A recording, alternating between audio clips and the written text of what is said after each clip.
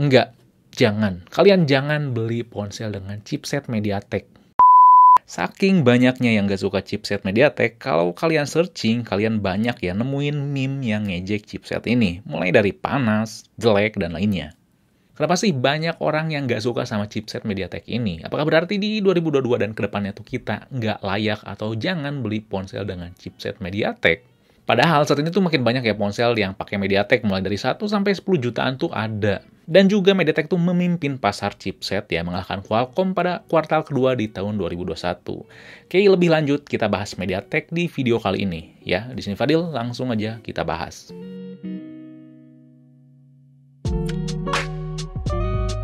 Yang pertama, kenapa ya orang tuh nggak suka MediaTek? Pasti banyak yang bertanya seperti ini, khususnya orang yang belum sempet nyoba MediaTek. Saya juga sebenarnya dulu nggak suka MediaTek. Kita flashback dulu ya, semua berawal sebelum hadir seri Helio atau lebih tepatnya sebelum tahun 2014. Di mana chipset MediaTek tuh belum ada yang tipe 64 bit. Di tahun 2013, MediaTek masih mengiming-imingi para vendor dan para konsumen dengan jumlah core yang banyak.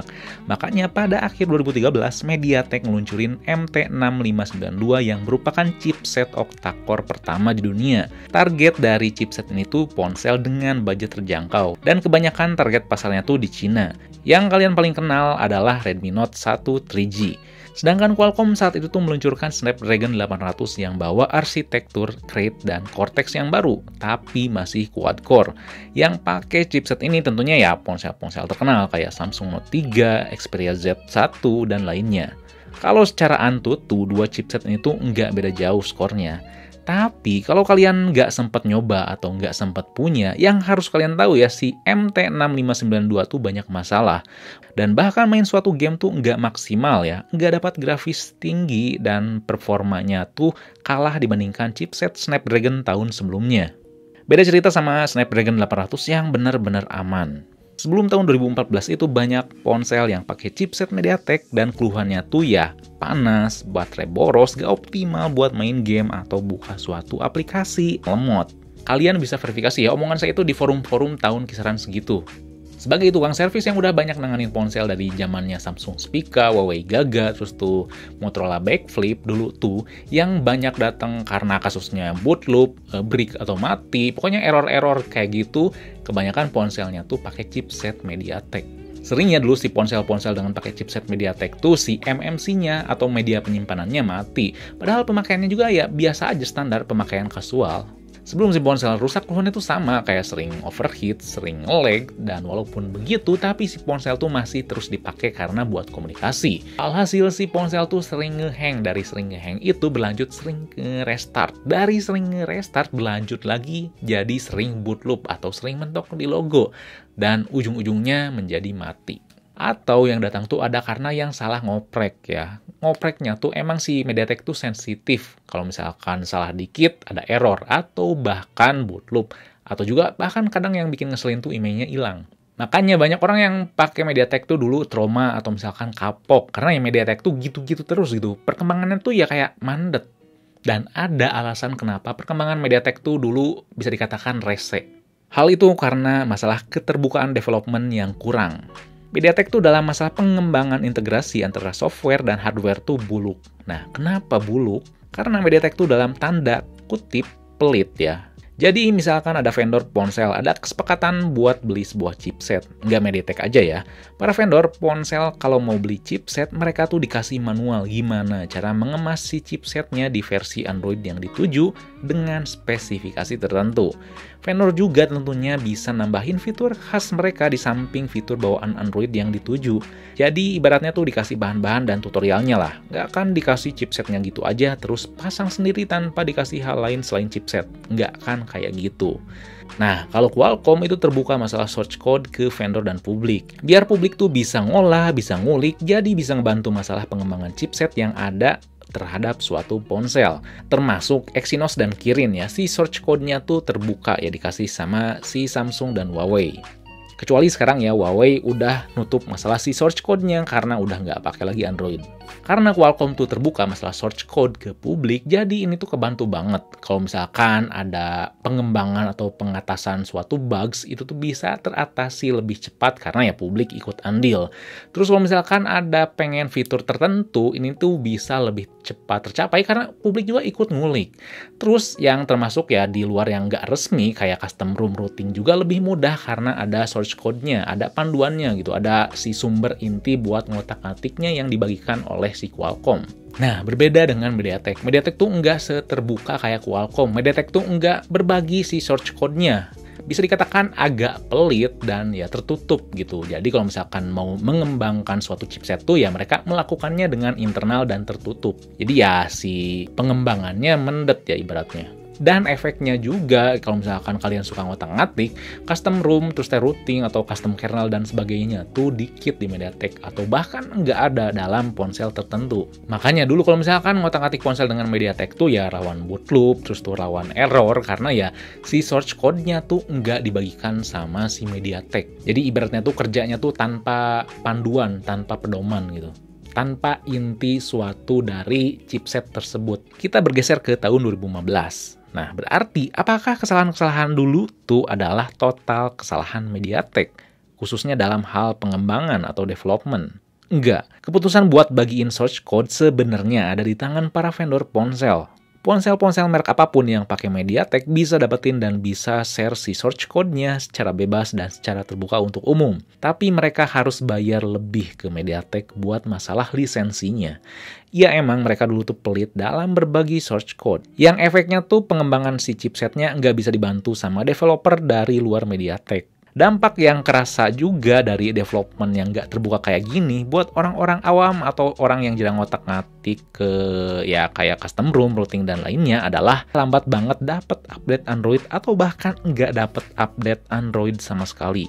Di tahun 2015 ini, ponsel-ponsel MediaTek mulai naik daun ya di Indonesia. Yang naik daun adalah ada Lenovo A7000, dijual secara resmi ya di Indonesia. Dan distribusinya juga secara global cukup luas. Sama Redmi Note 2 yang enggak resmi dijual di Indonesia tapi tetap laku.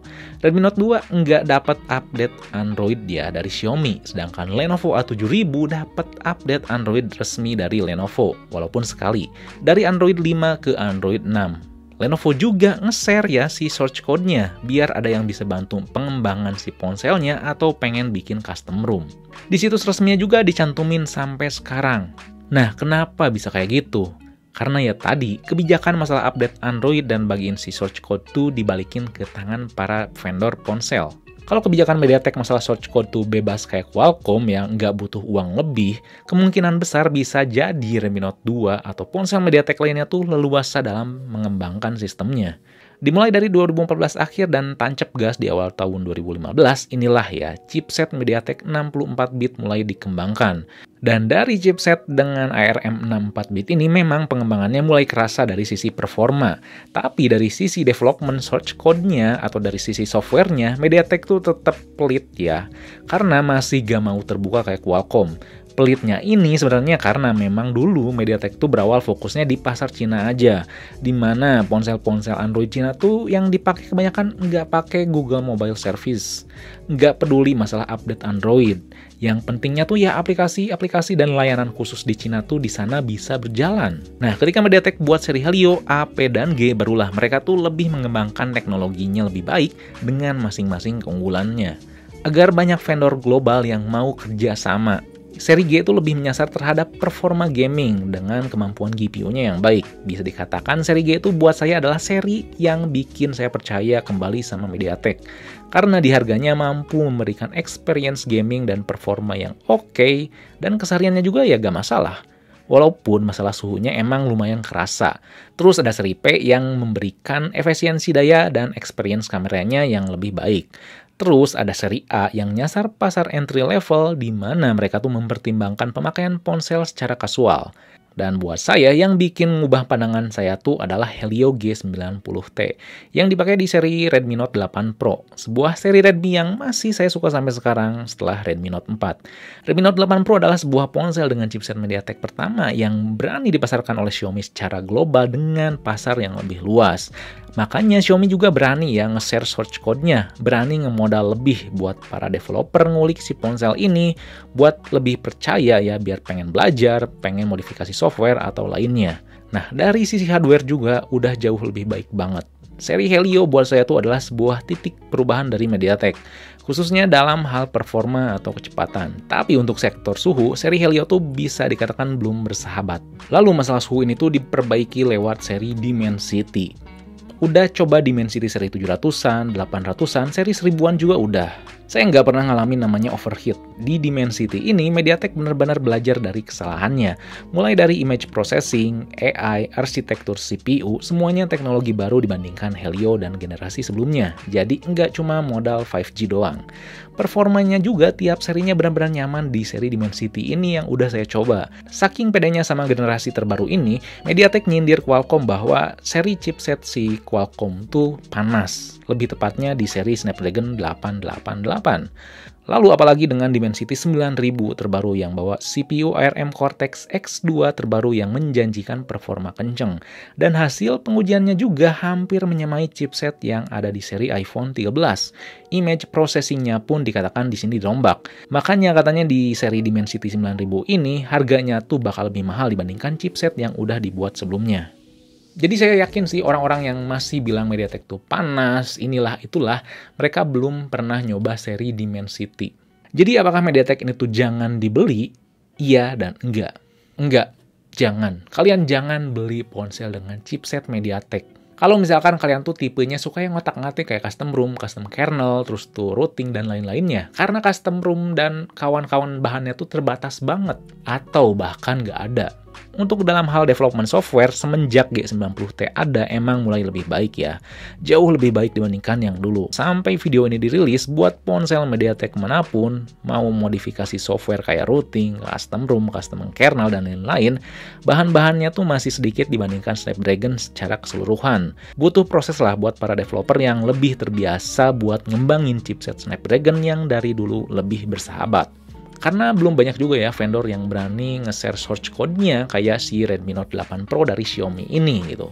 Terus kalau misalkan kalian tuh doyan ngotak-atik ponsel yang resmi masuk ke Indonesia yang ngizinin buat di ponselnya tuh dioprek, itu tuh ada Samsung, ada Xiaomi, ada Realme, dan Asus. Sisanya mereka tuh nggak ngizinin buat bootloadernya di unlock, terus mereka juga nggak nge-share source code-nya, apapun chipsetnya. Kalaupun misalkan ya si vendor ngebagiin source code-nya, si vendor tuh ngizinin buat si ponsel di otak-atik dan pakai MediaTek, itu tuh ribet ya buat pengerjaannya. Nggak segampang atau misalkan nggak sefleksibel si Snapdragon. Ribet. Dan yap, si MediaTek tuh wajib dibeli, khususnya si seri Dimensity ini yang benar-benar adem dan enak performanya. Seri Helio juga emang enak ya, cuman ya masalah suhu tuh kalian harus pertimbangkan. Tapi ya mengingat harganya lebih murah dibandingkan Dimensity, tetap worth it sih menurut saya. Apalagi kalian tuh bukan tipe orang yang suka ngoprek ponsel kayak custom ROM, routing, dan lainnya. Kalian jangan ragu lagi beli ponsel dengan chipset MediaTek manapun, apalagi seri Dimensity. Emang ya, saya baru nyoba sampai Dimensity 1200 aja. Seri 7000, 9000, dan seri kedepannya tuh belum pernah nyoba.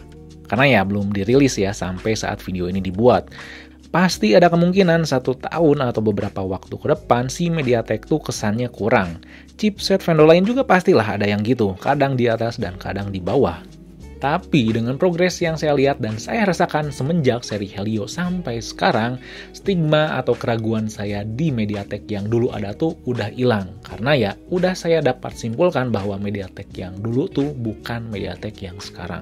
Oke, jadi sekian aja ya obrolan tentang MediaTek kali ini. Kalau misalkan ada hal yang ingin tanyakan, kalian bisa tulis komen di bawah. Dan jangan lupa juga buat like, share, subscribe Fixme, lalu nyalain lonceng notifikasinya biar gak ketinggalan video atau obrolan lainnya. Oke, di sini Fadil, peace out.